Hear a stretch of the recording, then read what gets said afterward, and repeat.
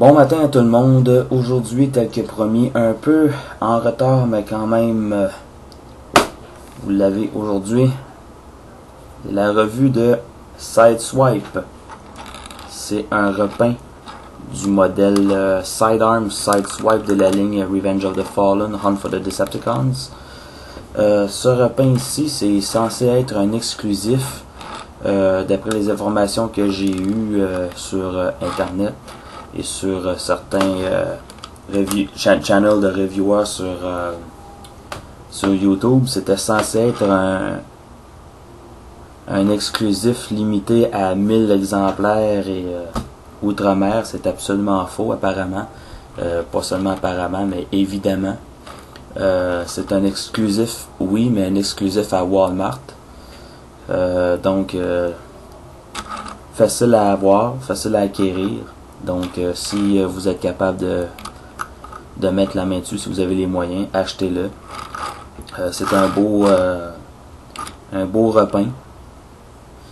Il y a beaucoup d'hommages qui sont sur ce robot-là. Les hommages que je vais vous citer viennent de la chaîne de Optibotimus, qui lui-même les tenait de Striker 055. Tout ce que je fais donc dans cette revue là, c'est plus une version française de ce qui a été dit déjà. Donc voilà. Le 04, c'est le numéro d'identification japonais de Sideswipe. On a Sunbro ici, qui veut peut-être dire Sunstreaker's Brother, ou une espèce de réappellation de Sunbow, qui était la compagnie originale qui diffusait Transformers. Ici on a Litonian Drivetrain.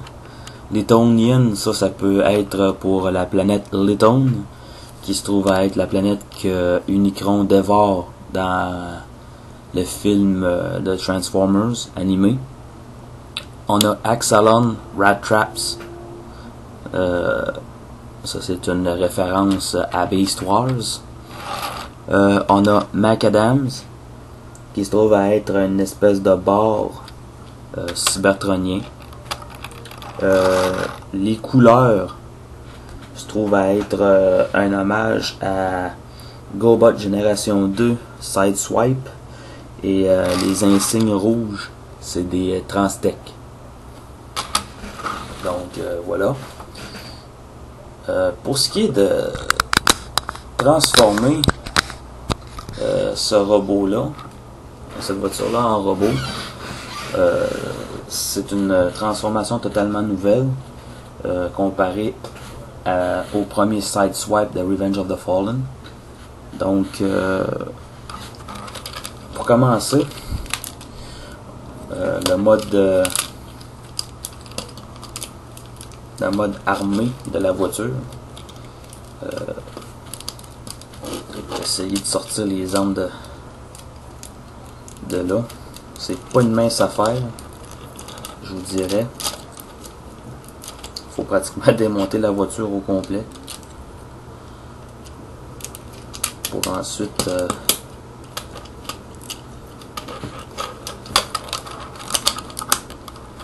et voilà.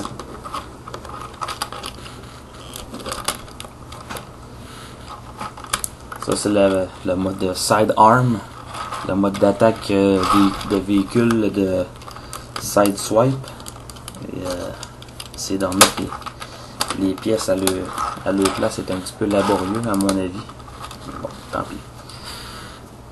Et voilà, vous avez le mode d'attaque. Les pistolets sont bleus. Pas grand chose vraiment. Ce que j'aime bien par contre, c'est les jantes. On les a laissées noires. J'aime bien ça. C'est quelque chose qui est à la mode ces jours-ci. Laisser des jantes noires. Et une chose que j'aime bien, c'est ici les pots d'échappement sont fixes. Il n'y a pas de pièces mobiles, contrairement à l'autre. Donc j'aime bien ça.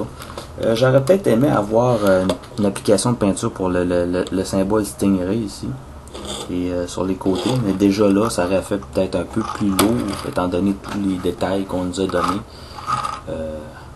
Donc on peut passer sur ce détail là.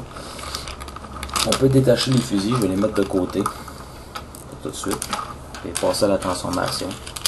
Ceux qui ont le modèle Sidearm Side Swipe savent déjà comment tout ça se transforme, donc c'est pas une obligation, vous pouvez zapper la transformation si vous voulez. Moi je la fais un petit peu n'importe comment, je vous le dis tout de suite.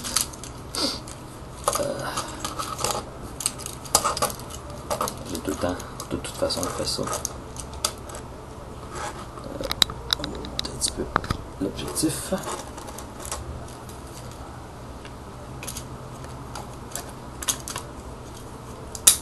Mais j'étais plutôt réfractaire à acheter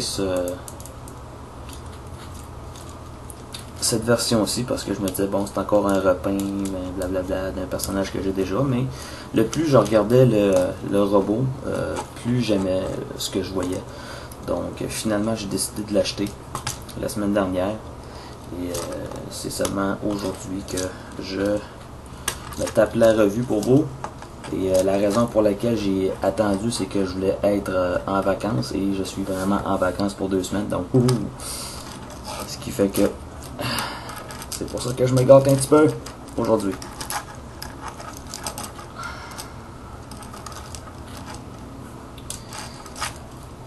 Et voilà. Et voilà le mode robot. Très différent du premier moule Revenge of the Fallen. Mais en même temps, se trouve être une grande amélioration au niveau de la stabilité des pieds. Officiellement, c'est comme ça qu'on met les panneaux. Moi, j'aime bien les mettre en angle comme ça. Donc, ça évoque un petit peu des ailes. Et pour comparer avec le modèle précédent, comme vous voyez là, le robot n'est pas d'aplomb, il n'est pas droit. Difficile de mettre stable à cause de ses pieds. On a refait les pieds pour Sidearm Side Swipe avec des panneaux comme ça, ce qui fait que ça tient mieux, ce qui est une bonne chose. On a du light piping pour les yeux au même titre que celui-là, mais il y a une chose, c'est que le visage est mieux défini avec lui, les détails sont mieux faits qu'avec lui.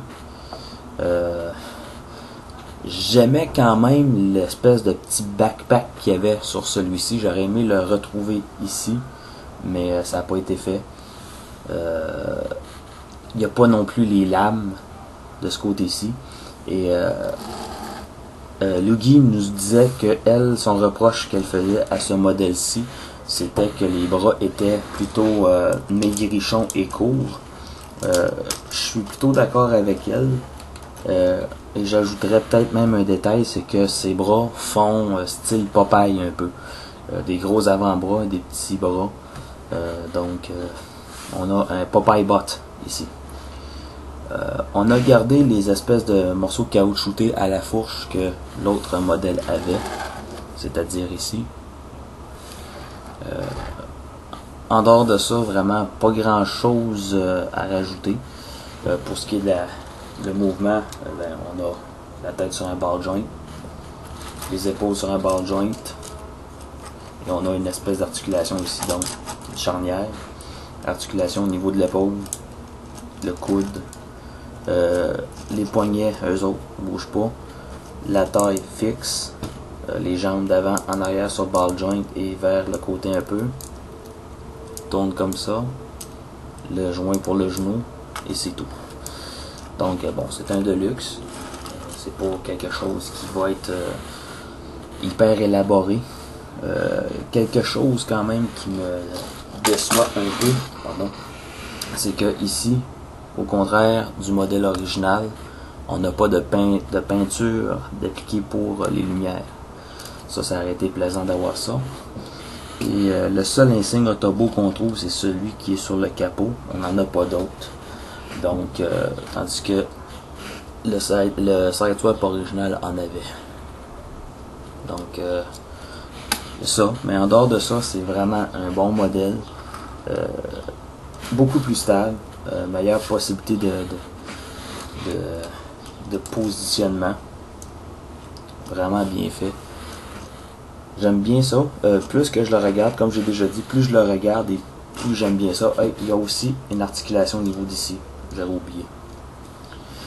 Donc, non, sérieusement, un beau modèle.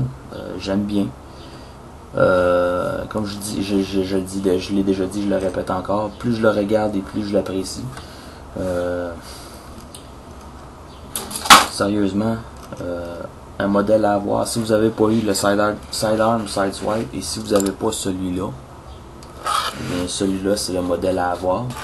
Le sidearm, sideswipe est discontinué, malheureusement. Mais bon, on lui a donné une seconde vie avec celui-là.